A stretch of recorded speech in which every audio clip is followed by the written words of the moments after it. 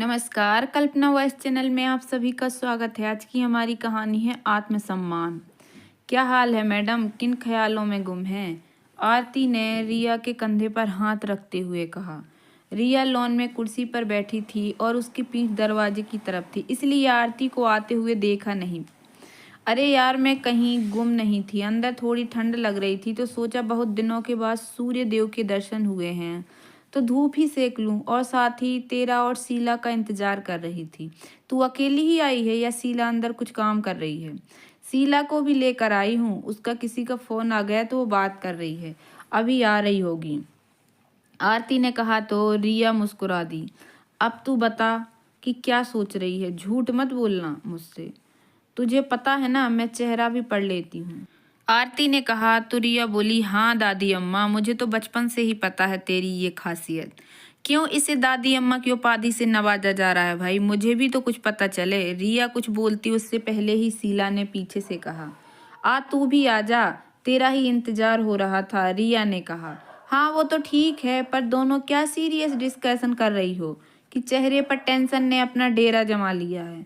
देखा, शीला भी वही कह रही है, अब जल्दी से बता क्या हुआ, कहकर दोनों रिया की तरफ सवालिया नज़र से देखने लगी। यार बात यह है कि राहुल को ऑफिस के काम से 2-3 महीने के लिए जापान जाना है, तो वो कह रहा है कि प्राची भी साथ जाने की जिद कर रही है।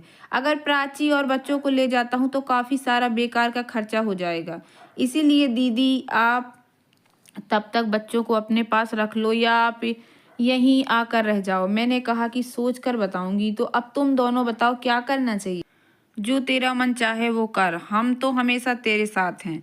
वैसे भी राहुल ने तुझे हमेशा रिस्पेक्ट दी है और तू बताती है कि खुद ही उनसे अलग रहती है, तो लड़ाई वाली कोई बात तो है नहीं। क्यों शीला, मैं ठीक कह रही हूँ ना? तुम दोनों अपनी जगह सही हो, पर प्राची की फैमिली की सोच अलग है, तभी मैंने राहुल की मर्जी के बिना अलग रहने का सोचा था। रिया जैसे बोलते बोलते अतीत की कोई कड़वी बात याद करने लग गई। फिर तो रिया, ऐसा कर, बच्चों को अपने पास ले आ, यही से उनका स्कूल वगैरह भेजने का इंतजाम हम कर ही लेंगे। वैसे पहले राहुल को बोल कि बच्चों को उनके नाना नानी के पास भेज दो, प्राची को भी तसल्ली रहेगी। फिर देख तेरा भाई क्या कहता है। शीला ने अपनी बात रखी। हाँ तू ठीक कह रही है यार, ऐसा कहना ठीक ही रहेगा, क्योंकि मेरे लिए तो राहुल के बच्चे मेरे बच्चे ही हैं, पर प्राची ऐसे समझे ये जरूरी नहीं है। रिया ने अपनी बात पूरी की। अब उसके चेहरे से सोच के बादल हट गए और उसकी जगह अब हंसी ने ले ली, और क्योंकि अब एक बार फिर से तीनों सहेलियां अपने बचपन की यादों में खो गई थीं। तीनों सहेलियां एक ही शहर, एक ही मोहल्ले और आगे पीछे की गलियों में रहती थीं। एक ही स्कूल में तीनों की पढ़ाई हुई। तीनों की मम्मी पहले सहेलियां बनी, फिर ये तीनों स्कूल से आकर शाम को फिर तीनों साथ ही खेलती। रिया को बहुत जल्दी गुस्सा आता था। शीला उतनी ही शांत थी और सबसे ज्यादा शैतान थी आरती। रिया इन दोनों के सिवा किसी और से ना ही ज्यादा बात करती थी, ना ही किसी चौथी लड़की को सहेली बना पाई। शीला शांत और समझदार काफी थी, सब उसको दोस्त बनाना चाहती थी, और कई सहेलियां भी थीं जिनकी वजह से आए दिन रिया की झड़प होती रहती थी। आरती की शैतानियां स्कूल से आकर भी चलती रहती थीं, जिसकी वजह से स्कूल में तो डांट पड़ती ही थी और घर पर तो कभी कभार मम्मी से पिटाई भी हो जाती। जैसे जैसे बड़ी होती गई तीनों की दोस्ती गहरी होती गई। ऐसा नहीं था कि कभी तीनों की आपस में लड़ाई नहीं होती थी, पर 1-2 दिन से ज़्यादा लड़ाई टिकती नहीं थी। लड़ाई कोई भी करता, पर दोबारा दोस्ती के लिए पहल आरती या शीला को ही करना पड़ती थी, क्योंकि तीनों को पता था कि रिया किसी और से बात भी नहीं करती। फिर उनको भी उसके बिना मज़ा नहीं आता।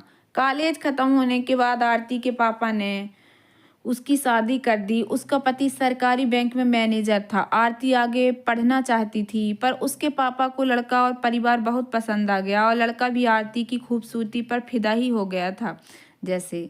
तभी तो सब कुछ बहुत जल्दी जल्दी हो गया और आरती दुल्हन बनकर अपने ससुराल चली गई। ससुराल से शुरू शुरू में तो जल्दी जल्दी उसका चक्कर लग जाता था, तो अपनी सहेलियों से मिल लेती थी, पर धीरे धीरे कम हो गया, और फिर उसके पति का ट्रांसफ़र हो गया। पर रिया और शीला को वो चिट्ठी लिखकर अपना एड्रेस बताती, तो वो दोनों भी चिट्ठी के जरिए खैरियत पूछ लेते। रिया ने एमए पॉलिटिकल साइंस में एडमिशन लिया और शीला ने एमए हिंदी में। धीरे धीरे आरती का चिट्ठियों का जवाब आना कम हो गया और मायके आना भी। तब तो फोन भी किसी किसी के घर ही होते थे। एमए के पहले साल ही में आरती की शादी हो गई थी। उसने पेपर अपनी शादी के बाद दिए थे। उसके पति एक शिक्षक थे तो पढ़ाई का महत्व समझते थे। शादी में रिया ने बढ़ चढ़ कर हिस्सा लिया था। रिया फिर से पढ़ाई में जुट गई, पर होनी को कुछ और ही मंजूर था। अभी पेपर खत्म ही हुए थे कि रिया के मम्मी पापा किसी रिश्तेदार की शादी शामिल होने गए थे, तो वापस लौटते हुए चाचा के साथ उनकी कार में बैठ गए। रास्ता में उस कार का भयंकर एक्सीडेंट हो गया। सबकी वही मौत हो गई। सब कुछ इतनी जल्दी जल्दी हो गया कि इसे समझ ही नहीं पाया कि क्या करें। घर में छोटा भाई राहुल जो कॉलेज के पहले साल में था, और उससे छोटी माही जो दिमागी और शारीरिक रूप से कमजोर थी। जहाँ एक बार बैठा तो वहीं पूरा दिन बैठी रहती थी। वो बोलती तो थी पर किसी को समझ नहीं आता था क्या बोल रही है। उसके सारे काम रिया उसकी माँ ही करते थे। 13वीं के बाद रिया के मामा मामी ने उन्हें साथ चलने को कहा तो रिया ने मना कर दिया। कुछ दिन बुआ रहीं, फिर वो भी चली गईं। दोनों मौसी और मौसा जी ने भी कहा कि साथ चलो, पर माही को कहीं ले जाना ठीक नहीं लग रहा था रिया को। इसलिए अपना घर उसे ज्यादा महफूज लग रहा था। माही और अपने लिए ये अच्छा था कि घर उनका अपना था। उसके मम्मी पापा की थोड़ी बहुत सेविंग तो थी, पर उससे कितने दिन चलेगा। यही सोचकर राहुल ने अपनी पढ़ाई छोड़कर नौकरी करने की बात रिया को बताई तो उसने मना कर दिया। एक गुस्सैल लड़की एक ही दिन में शांत हो गई थी। परिस्थितियां इंसान को बदल ही देती हैं, और ये बदलाव कभी बहुत अच्छा और कभी बहुत बुरा भी हो सकता है। ये तो इंसान की समझ पर होता है कि वो कैसे ढलता है। काफी सोच विचार के बाद रिया ने अपनी आगे की पढ़ाई रेगुलर न करके कोर्स सपोर्टेड से करने का सोच लिया था। राहुल की पढ़ाई में कोई रुकावट न आए, इसके लिए वो घर पर रहकर बच्चों को ट्यूशन पढ़ाने लगी और साथ ही माही का भी ध्यान रख लेती। इसके सेकंड फ्लोर पर एक रूम सेट बना हुआ था जो उन्होंने किसी रिश्तेदार के किराए पर दे दिया। बस पति पत्नी थे तो उनके एक कमरा काफी लगा। ऐसे ही महीनों पर महीने बीतते गए और रिया ने एमए करने के बाद सरकारी स्कूल में टीचर के लिए अप्लाई कर दिया और साथ ही घर के पास के स्कूल में पढ़ाने लगी। राहुल दीदी की पूरी हेल्प करता। रिया सुबह 7 बजे जाती और 2:30 बजे वापस आ जाती। सुबह उठकर राहुल और माही के लिए खाना बनाती और अपना साथ ले जाती। राहुल 8:30 जाता था। रिया के जाने के बाद माही को उठाता, तब तक पड़ोस से आंटी आ जाती। वो उसको सब काम करवा कर नहला देती थी। फिर राहुल उसको चाय और नाश्ता खिलाकर कॉलेज चला जाता। पीछे माही का ध्यान आस पड़ोस के लोग रख लिया करते थे। वो वक्त अलग ही था। सब पड़ोसी परिवार की तरह रहते थे। कभी कोई दादी माही के पास आ बैठती तो कभी कोई आंटी या भाभी। कई बार किराए पर रहने वाली भाभी आ जाती। बस ऐसे ही सबकी मदद से रिया नौकरी कर पा रही थी। घर आकर रिया खाना खाकर थोड़ा आराम करती, फिर 4 बजे से रात 9 बजे तक पढ़ाती रहती। शाम का काम राहुल संभाल लेता। दीदी को चाय बनाकर देता, रात के लिए दाल या सब्जी बनाना वगैरह। राहुल का कॉलेज खत्म हुआ और उसने एक कंप्यूटर कोर्स करने का मन बना लिया। तब कंप्यूटर अपनी जगह बना चुका था। रिया ने अपने भाई के भविष्य को देखकर हामी भर दी। इस दौरान 2 बातें हुई। एक तो ये कि रिया को सरकारी स्कूल में नौकरी मिल गई, और दूसरी ये कि माही ने अपनी जिंदगी को अलविदा कह दिया था। एक दिन रात को सोई तो सोती ही रह गई। कुछ भी तो नहीं हुआ था उसको। आस पड़ोस के सब लोग दुख की घड़ी में अपने आप ही सारी जिम्मेदारियां आपस में उठा लेते थे। सबने रिया और राहुल को सत्तावना दी, माही को मुक्ति मिल गई है। अपने दुखों तुम दोनों हौसला रखो और एक दूसरे की हिम्मत बनो। जिंदगी एक बार फिर अपने पुरानी पटरी पर आ गई। राहुल बहुत मेहनत कर रहा था। कुछ घंटे कंप्यूटर क्लास के लिए जाता, बाकी घंटे होम ट्यूशन पढ़ाने लगा था। रिया ने जल्दी ही अपने भाई को कंप्यूटर ला दिया जिससे वो घर पर प्रैक्टिस कर पाए। दोनों भाई बहन की मेहनत रंग लाई और राहुल की पहली नौकरी कोलकाता लगी। राहुल जॉब के साथ साथ और कोर्स भी करता रहा। राहुल को अपने साथ काम करने वाली प्राची से प्यार हो गया। वो चाहता था कि पहले दीदी की शादी हो, पर रिया को तो राहुल का पहले घर बसाना था। सो प्राची और राहुल की शादी भी हो गई। शादी के कुछ टाइम बाद राहुल ने बेंगलोर की एक कंपनी में जॉब कर ली। प्राची को भी जल्दी ही बेंगलोर में ही जॉब मिल गई। रिया के लिए कई रिश्ते आए पर उसकी अपनी इच्छाएं खत्म हो गई थीं। वो मना करती चली गई। आरती से तो उसका बराबर संपर्क बना रहा पर शीला से बात उतनी नहीं हो पाती थी। 7-8 सालों में काफी कुछ बदल गया था। अब तो फोन भी सबके घर ही था। शीला ने बात करने की कोशिश भी की पर कोई ना कोई बहाना बनाकर दूसरी तरफ से टाल दिया जाता था। आरती ने शादी के बाद पति की मदद से एमए तो कर ली पर सास ने नौकरी करवाने से इनकार कर दिया और कोई ना कोई कारण ढूंढ निकालती उसको सताने के लिए। धीरे धीरे उसका पति अपनी माँ से आरती की शिकायतें सुन सुनकर उस पर हाथ उठाने लगा। इधर प्राची घर के सारे काम रिया के लिए ही छोड़कर ऑफिस चली जाती। रिया चुपचाप सब करती रहती। राहुल ने प्राची को समझाना चाहा पर कभी समझी नहीं, तो राहुल ने एक मेड रख दी जो घर के सब काम करती और खाना बनाती। प्राची ने पहले एक बेटे और फिर 3 साल एक बाद एक बेटी को जन्म दिया। सबको अपने बच्चों की तरह प्यार करती थी रिया।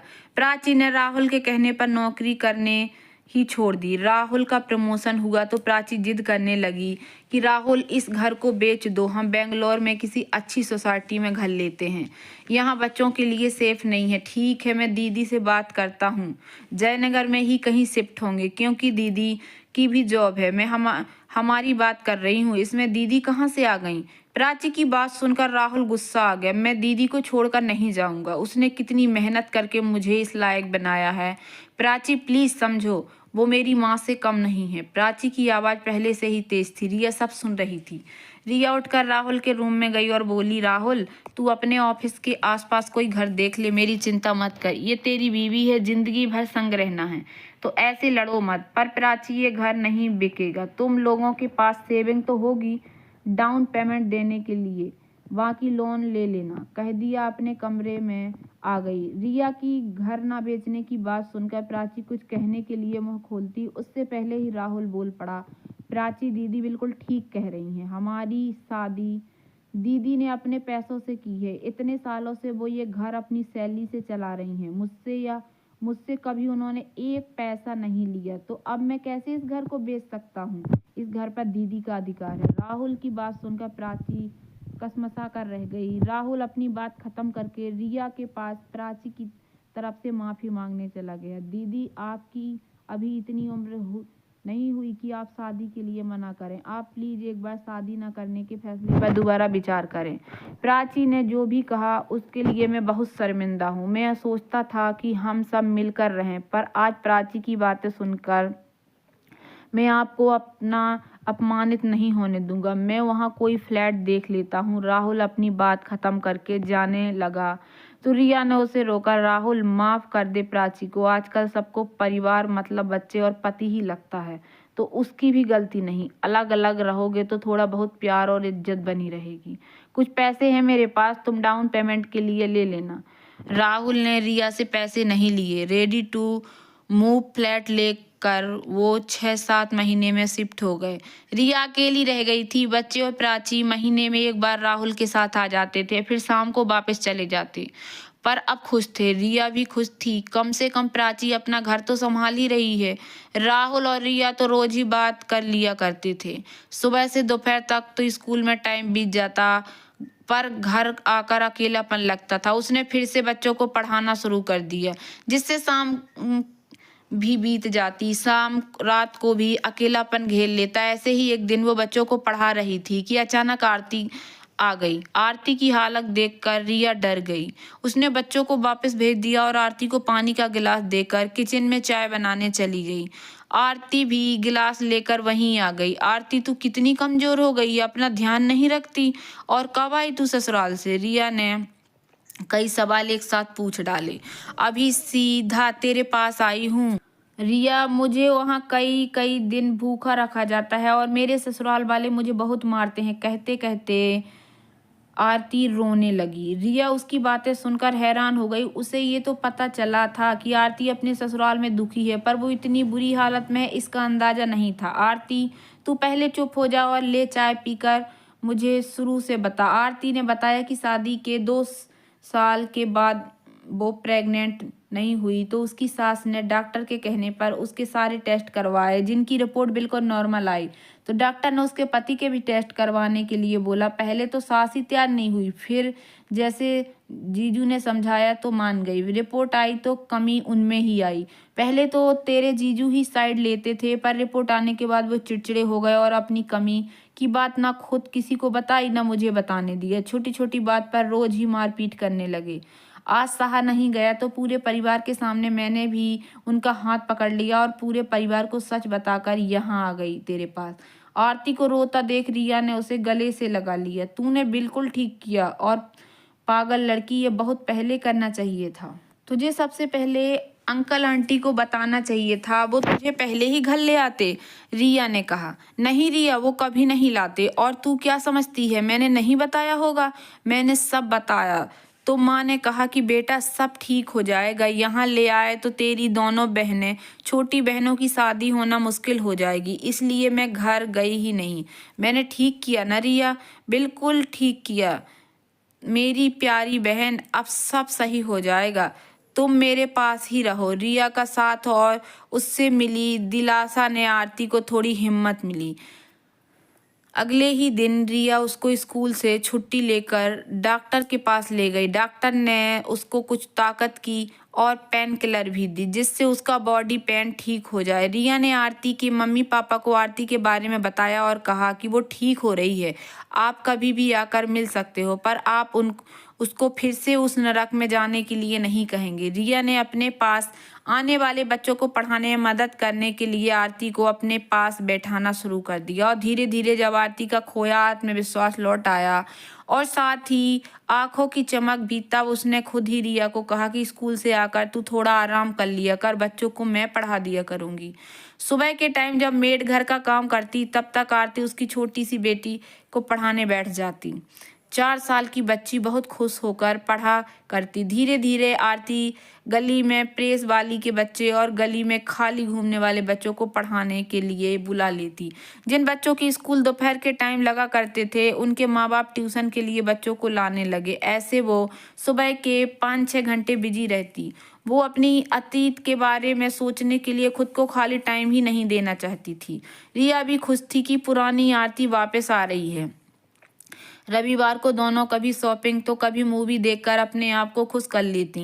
अब 2 सहेलियां फिर से साथ थीं तो उन्हें शीला की याद आई। शीला के घर गए और उसके भाई से शीला का फ़ोन नंबर पूछा तो उसने दे तो दिया, पर साथ ही कहा कि दीदी, वो शीला दीदी से बात नहीं कराते, आप एक बार करके देख लेना।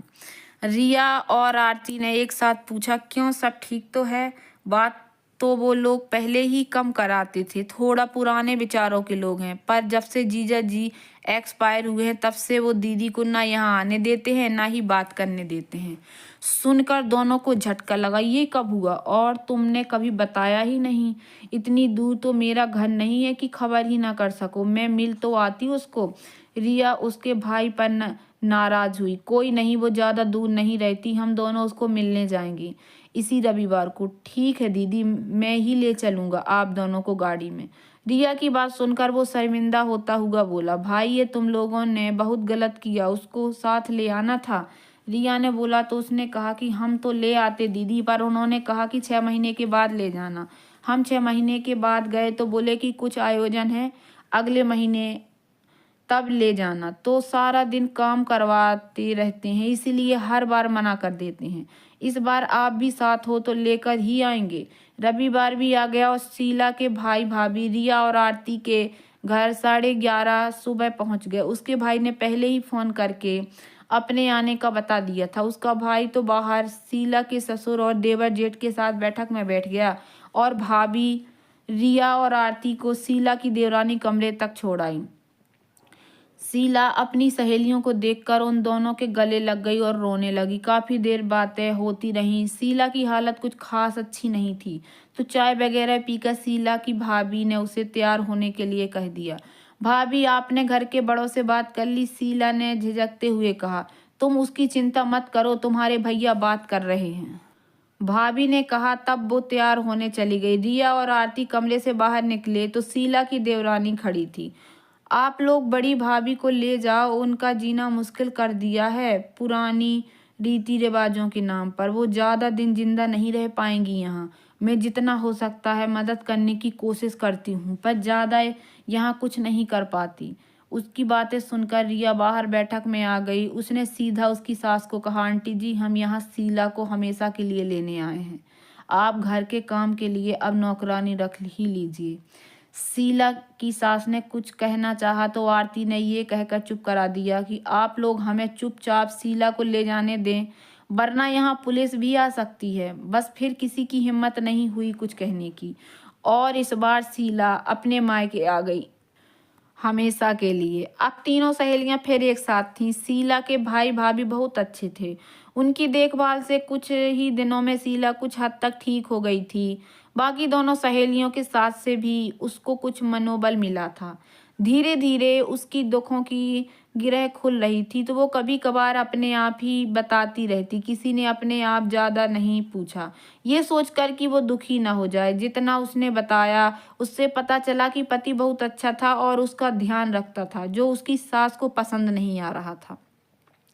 जब शीला और उसके पति को पता चला कि वो माँ बनने वाली है, तो सास उसको अल्ट्रासाउंड के बहाने पैसे देकर पता कराई कि वो एक लड़की को जन्म देगी, तो उसका अबॉर्शन करा दिया गया। पति भी बहुत नाराज हुआ, पर अपने माँ बाप के सामने कुछ नहीं कर पाया। फिर कुछ महीनों बाद उसके पति को पीलिया हुआ और ठीक से इलाज न करवाने की वजह से लीवर खराब हो गया और वो चल बसे। तब से उससे नौकरों की तरह रखा जा रहा है। खैर, अब सब सही हो गया है। घर के कामों में भाभी की मदद करके आरती के पास आ जाती और पढ़ाने में उसकी मदद करती। शीला के भाई भाभी उसको बिजी देखकर खुश थे और अब तो फिर से हंसने भी लगी थी। दोनों सहेलियां सुबह गरीब बच्चों को पढ़ाती, जिससे एक पैसा भी नहीं लेती, और शाम को दूसरे बच्चों को। रिया अपनी सहेलियों को देखकर खुश रहती। सुबह के समय के बच्चे पढ़ने लगे तो एक क्लास ऊपर लगती और दूसरी नीचे। सारा दिन बच्चों का शोर उन्हें सुकून देता और याद दिलाता कि वो अभी जिंदा हैं। आरती और शीला की लगन देखकर रिया ने दोनों का कंप्यूटर की बेसिक नॉलेज का कोर्स करने के लिए एडमिशन करा दिया। दोनों ट्यूशन के बीच का टाइम दोनों ने अपनी कोचिंग के लिए चुन लिया।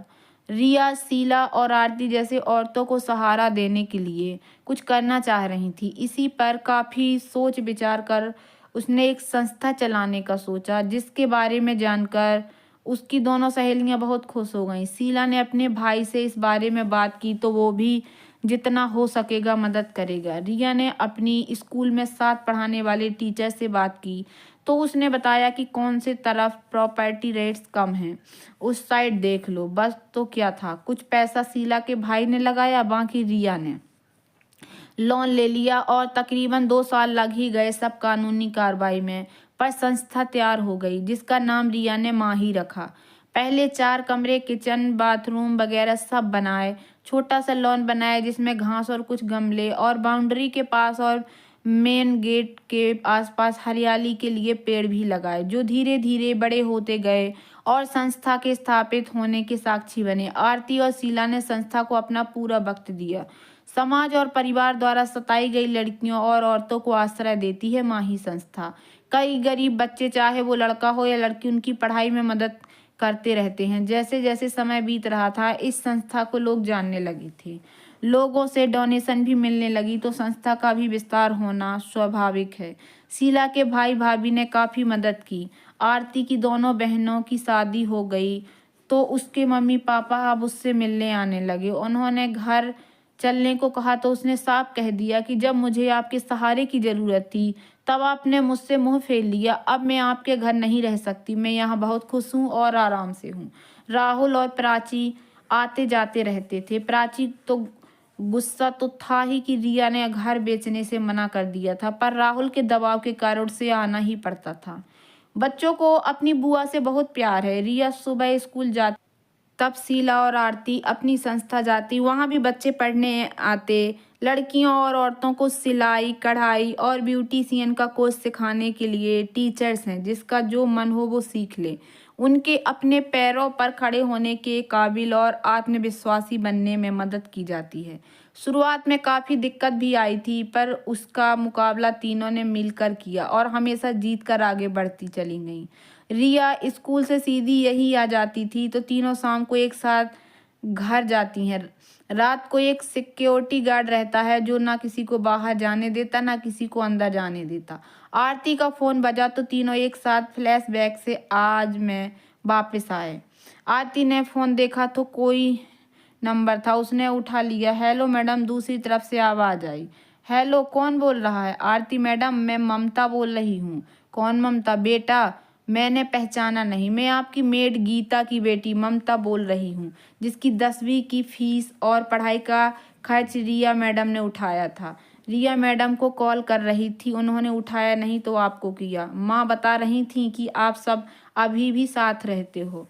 हाँ ममता बेटा, याद आया, हम तीनों यहीं हैं, काफ़ी टाइम हो गया है तो पहचान नहीं पाई। कोई बात नहीं मैम, मैंने आप सबको ये बताने के लिए कॉल किया था कि मेरी सरकारी हॉस्पिटल में नर्स की जॉब लग गई है। आप लोग घर पर कब मिलेंगे? आप सबसे मिलना चाहती हूँ। बेटा हम लोग कल मिलते हैं, संडे है तो रिया मैम भी घर पर होंगी, पर 10 बजे तक आ जाना, फिर हमें यहाँ आना होता है। ठीक है मैम। क्या हुआ? रिया खुशखबरी है, अपनी गीता थी ना, उसकी बेटी ममता ने नर्सिंग कंप्लीट कर ली है और उसकी किसी सरकारी हॉस्पिटल में जॉब लग गई है। कल आएगी वो हमसे मिलने। ये तो बहुत खुशी की बात है। और जल्दी चलो, यहाँ सब हो गया है। शीला ने कहा। हाँ चलते हैं। रास्ते से एक मिठाई का डिब्बा भी ले लेना, कल वो आएगी तो मुंह मीठा करवाना है उसका। हाँ बिल्कुल करवाएंगे। तीनों सहेलियों की आंखों में चमक थी, जैसे एक माँ खुश होती है अपनी बेटी की सफलता पर, वैसे ही क्यों खुश हैं वो तीनों। आखिर एक छोटी सी चिड़िया ने उड़ान भरी है अपने सपनों को पाने की। अगले दिन ममता सुबह 8 बजे ही आ गई, साथ ही मिठाई का डिब्बा भी लाई। सबने मुंह मीठा किया और ममता का भी करवाया। ममता ने तीनों से आशीर्वाद लिया और बोली, मैम आप नहीं होते तो मैं 10वीं के पेपर भी ना दे पाती। बाबू ने तो माँ से सारे पैसे छीन लिए थे, वो तो मुझे पढ़ाना भी नहीं चाहते थे। आज माँ अपना काम भी आप लोगों की वजह से ही कर पा रही हैं। आपने मेरी पढ़ाई का अब तक सब खर्च उठाया है ना, जाने हम आपका ये कर्ज कैसे उतारेंगे। बेटा मैंने कोई एहसान नहीं किया, सबको पढ़ने का अधिकार है। तुम होशियार थी तभी इस जगह तक पहुंच गई हो, ये तुम्हारी मेहनत का ही नतीजा है। मैंने तो बस थोड़ी पैसे से मदद की है। अब तुम अपने बहन भाई को भी खूब पढ़ाओ और उन्हें अपने पैरों पर खड़े होने में मदद करो, बस यही चाहिए हम सबको। तुमसे रिया की बात सुनकर हाँ जी मैम, ऐसा ही होगा, ममता ने रिया को आश्वस्त किया। ममता के जाने के बाद रिया बोली, देखा तुम दोनों ने, ना जाने ऐसे कितनी लड़कियां अपने सपनों को पूरा करना चाहती हैं, बस थोड़े सहारे की ज़रूरत होती है।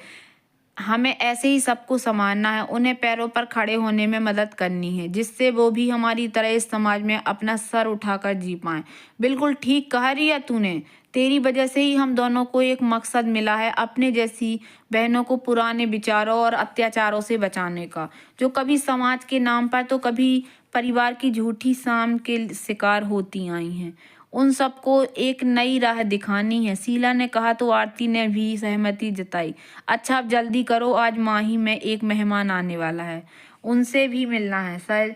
सर्दियों में वैसे भी टाइम का पता ही नहीं चलता। रिया ने अपने पर्स में मोबाइल वगैरह रखते हुए कहा। आरती तू एक बात भूल गई है, राहुल को फ़ोन करना।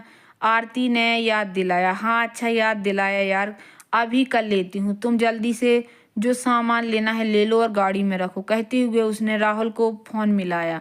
उधर राहुल ने फ़ोन उठाया और हालचाल पूछने के बाद रिया ने कहा, राहुल बेटा तूने अगले हफ्ते जाना है ना बाहर, तो बच्चों की भी छुट्टियां हैं हो रही हैं, तो प्राची के साथ बच्चों को भी ले जा, वो भी इसी बहाने घूम आएंगे। और पैसों की चिंता मत कर, मैं तेरे अकाउंट में बच्चों की टिकट और थोड़े बहुत उनके खर्चे के लिए पैसे जमा करवा दूंगी। बुआ इतना तो कर सकती है ना। दीदी आप बहुत कुछ करती हो, मैं ही नालायक भाई हूँ जो आपका ध्यान ही नहीं रख पा रहा।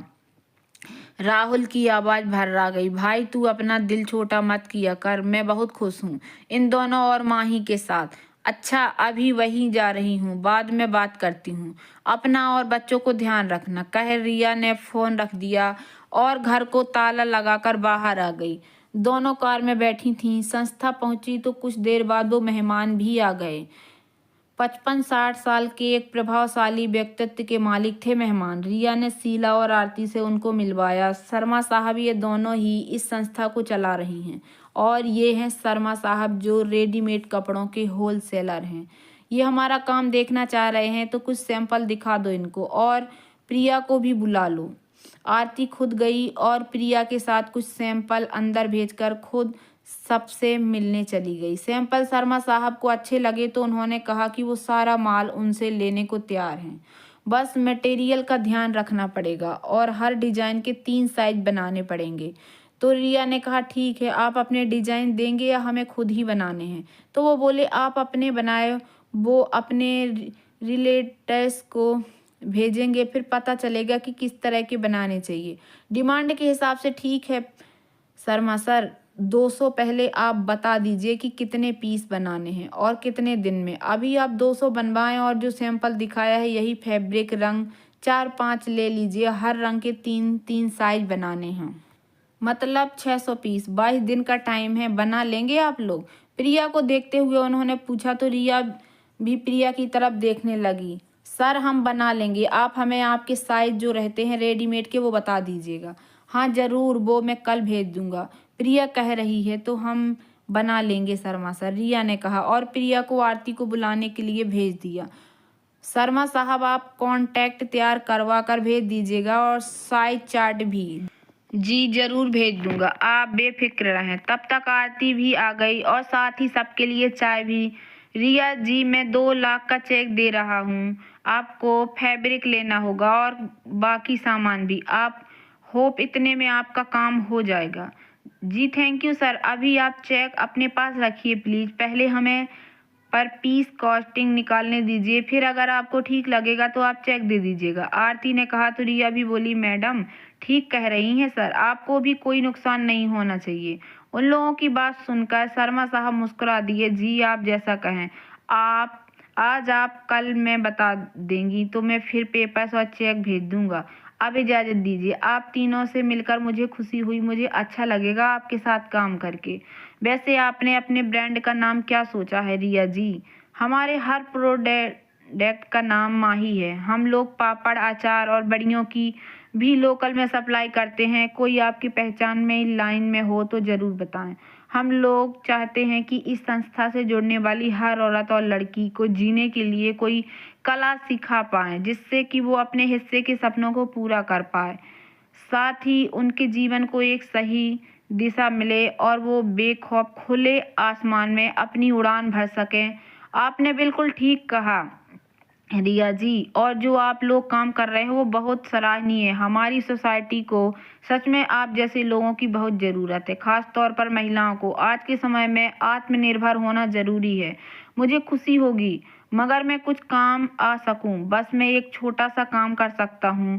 आप जो भी कॉस्ट लगाएंगी मैं उसमें अपना प्रॉफिट जोड़े बिना आगे रिटेलर्स को भेज दूंगा। आप ऑर्डर कंफर्म समझिए और चेक रख लीजिए। कहते हुए एक बार फिर चेक रिया जी को थमा दिया। रिया ने कहा भी आप क्यों काम में नुकसान उठा रहे हैं, पर वो नहीं माने तो मजबूरन रिया ने वो चेक रख लिया। माही से जुड़े हर औरत, चाहे वो 30 की थी या 60 की, फिर चाहे 15-17 साल की बच्चियां, किसी न किसी काम में व्यस्त और खुश रहती। आज मरी आई औरतें भी अब अपने जीवन से खुश हैं क्योंकि अब उनके पास मकसद है। रिया, आरती और शीला भी खुश हैं अपने काम से। धीरे धीरे माही एक सशक्त संस्था बन गई है जिससे कोई डोनेशन या सरकारी मदद की दरकार नहीं है। वो खुद कमाकर स्वाभिमान से जी रहे हैं और एक नए सदस्यों में स्वावलंबी होने का मंत्र फूंक रहे हैं।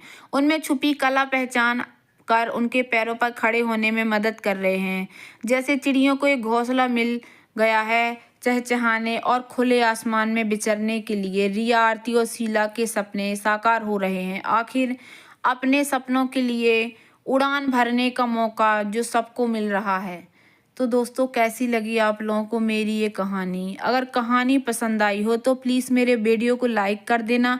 चैनल पर नए आए हों तो प्लीज़ सब्सक्राइब कर लेना और ज़्यादा से ज़्यादा शेयर करना। धन्यवाद दोस्तों।